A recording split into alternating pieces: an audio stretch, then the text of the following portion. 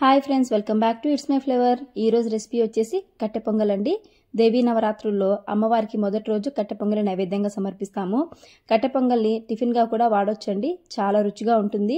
ఈ కట్టె పొంగలి నేను చెప్పే కొలతతో చేయండి. ఎంతసేపు అయినా గట్టి పడకుండా అమృతంలా ఉంటుంది. ఈ కట్టె పొంగల్ ఎలా చేయాలో ఇప్పుడు చూద్దాం. ముందుగా ఒక కుక్కర్ని తీసుకొని దాంట్లోకి ఒక గ్లాస్ బియ్యాన్ని వేసుకోవాలి. ఏ గ్లాస్ అయితే బియ్యం తీసుకుంటామో అదే గ్లాస్తో ఒక కప్పు పెసరపప్పును కూడా యాడ్ చేసుకోవాలి. ఒక గ్లాస్ బియ్యానికి ఒక గ్లాస్ పెసరపప్పు అనేది కొలత కరెక్ట్గా ఉంటుందండి. 2 సార్లు బాగా వాష్ చేసుకొని ఈ 2 గ్లాసుల కొలతకి 6 గ్లాసుల నీళ్ళు అనేది వేసుకోవాలి. పొంగల్కి వాటర్ అనేది ఎక్కువగానే వేయాలండి. పొంగల్ మనకి మెత్తగా ఉంటేనే టేస్ట్ అనేది బాగుంటుంది. ఇలా 6 గ్లాసుల వాటర్ వేసుకున్న తర్వాత ఈ పొంగల్ని ఒక గంట సేపు నానబెట్టుకోవాలి.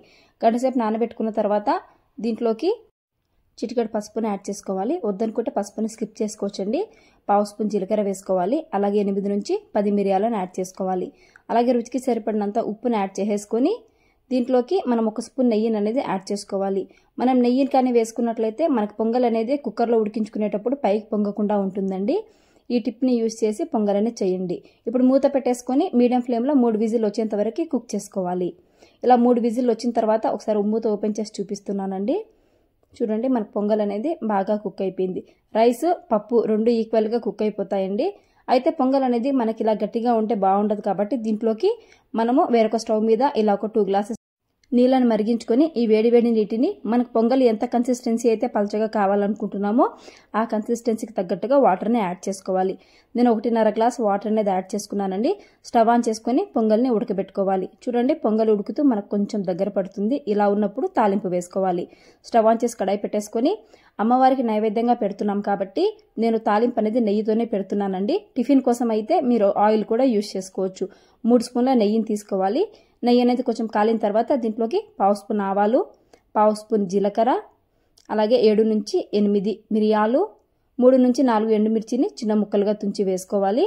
1/2 కప్పు ముంతమామిడి పప్పును యాడ్ చేసుకోవాలి.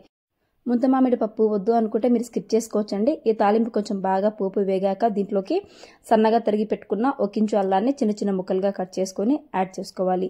అల్లం కొంచెం వేగిన తర్వాత 2 పచ్చిమిరపకాయలని నిలువుగా ఇలా చిన్న చిన్న ముక్కలుగా చీల్చి యాడ్ చేసుకోవాలి. దీంట్లోకి 2 రెమ్మల కరివేపాకును వేసుకొని ఈ తాలింపుని బాగా వేగనివ్వాలి. స్టవ్ లో ఫ్లేమ్లోనే పెట్టుకొని మంచి రగ్గొంచేంత వరకు వేయించుకోవాలి. తాలింపు అనేది మనకి ఇలా బాగా వేగిన తర్వాత దీంట్లోకి ఒక 1/2 స్పూన్ ఇంగువను యాడ్ చేసుకోవాలి. అమ్మవారికి నైవేద్యంగా పెడుతున్నాం కాబట్టి ఖచ్చితంగా ఇంగువను వేయండి. 1/2 స్పూన్ ఇంగువను వేసుకొని బాగా కలిపేసుకోండి. ఈ తాలింపును 1 నిమిషం బాగా వేయించేసుకొని మనం ముందుగా రెడీ చేసేసుకున్నాం కదా ఆ పొంగల్లోకి యాడ్ చేసుకోవాలి. తాలింపు వేగేంత వరకు మనకు పొంగల్ చూడండి ఉడికి బాగా దగ్గర పడింది. ఈ కన్సిస్టెన్సీలో ఉంటే పొంగల్ బాగుంటుందండి. తాలింపు దీంట్లో వేసేసుకొని బాగా మిక్స్ చేసేసుకోండి. తాలింపు వేసుకున్న తర్వాత పొంగల్ని ఒక 2 నుంచి 3 నిమిషాలు ఉడికించుకోండి. మనకి తాలింపు అనేది పొంగల్కి బాగా పడుతుంది. ఆ తర్వాత స్టవ్ ఆఫ్ చేసేసుకొని సర్వ్ చేసేసుకోవడమే.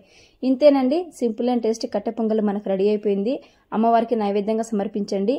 అలాగే టిఫిన్కి కూడా ఈ రెసిపీని ట్రై చేసుకోవచ్చు. నా రెసిపీ మీకు నచ్చినట్లయితే ఒకసారి ట్రై చేయండి. మీకు ఎలా వచ్చిందో నాకు కామెంట్ చేయండి. నా ఛానల్ ఎవరైనా ఫస్ట్ టైం చూస్తున్నట్టయితే ప్లీజ్ లైక్ చేయండి, షేర్ చేసి సబ్స్క్రైబ్ చేసుకోండి. అలాగే పక్కనే ఉన్న బెల్ ఐకాన్ క్లిక్ చేసి ఆల్ అన్న ఆప్షన్ని సెలెక్ట్ చేసుకోండి. ఇలా చేస్తే నేను పెట్టే ప్రతి వీడియో మీకు నోటిఫికేషన్ అనేది వస్తుంది. నా ఈ రెసిపీ మీకు నచ్చింది అనుకుంటున్నాను. మీ ఫీడ్బ్యాక్ని కామెంట్ రూపంలో నాకు తెలియజేయండి. Thanks for watching.